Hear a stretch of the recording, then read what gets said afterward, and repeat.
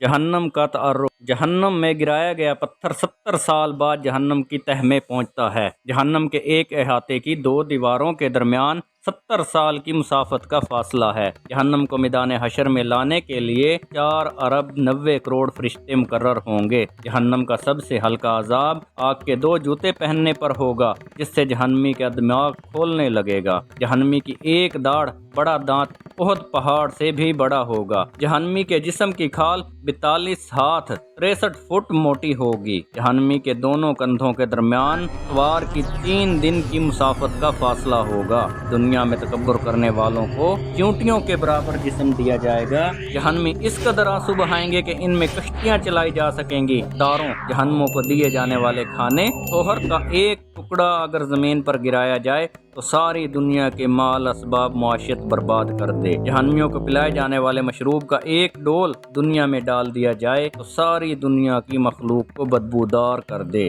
جہنمیوں کے سر پر اس قدر کھولتا ہوا گرم پانی ڈالا جائے گا کہ وہ سر میں چھید کر کے پیٹ میں پہنچ جائے گا۔ پیٹ میں جو کچھ ہوگا اسے کاٹ ڈالے گا اور یہ سب پیٹ سے نکل کر قدموں میں آ گرے گا۔ کافر کو جہنم میں اس قدر سختی سے ٹھونسا جائے گا کہ جس قدر نیزے کی انی دستے میں سختی سے گاڑی جاتی ہے۔ جہنم کی آگ شدید سیاہ رنگ کی ہے، جس میں ہاتھ کو ہاتھ سجھائی نہیں دیتا۔ جہنمیوں کو آگ کے صعود پر چڑھنے میں 70 سال لگیں گے۔ اترے گا تو پھر اسے دوبارہ چڑھنے کا حکم دیا جائے گا۔ جہنمی کے سابی قد میں اونٹوں کے برابر انگر اور ان کے ایک دفعہ ڈسنے سے کافر 40 سال تک زہر کی جلن محسوس کرے گا۔ جہنمیوں کو جہنم میں منہ کے بل چلایا جائے گا۔